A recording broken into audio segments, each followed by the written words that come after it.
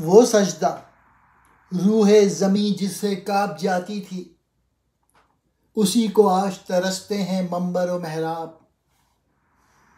सुनी ना मिस्र व फ़लस्तीन में वो आज़ा मैंने दिया था जिसने पहाड़ों को रेशा सेमाब। हवाए कुर्तबा शायद ये है असर तेरा, मेरी नवा में है सोजो सुरूर ऐदे शबाब।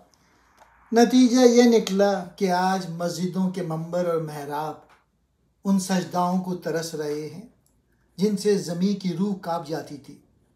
यानी उलमाए शरीयत की वो शान ही ना रही जिसकी बरकत से उनके सजदे ज़मीन को लर्जा देते थे। इकबाल कह रहे हैं, मैंने मिस्र भी गया और फ़लस्तीन भी, लेकिन मैंने उन अजानों का दबदबा नहीं देखा जिसने पहाड़ों को लर्जा कर रख दिया था। जाहिर है कि मिल्लत के लोग उस वक्त बाअमल और साहिब किरदार थे, जबकि आज सूरत हाल इसके बरक्स से हाथ पे हाथ धरे बैठे हैं। आखिरी शेर में इकबाल ने अपनी नफ्सियाती कैफियत बताई है, क्योंकि ये शेर उन्होंने हिस्पानिया में लिखे थे।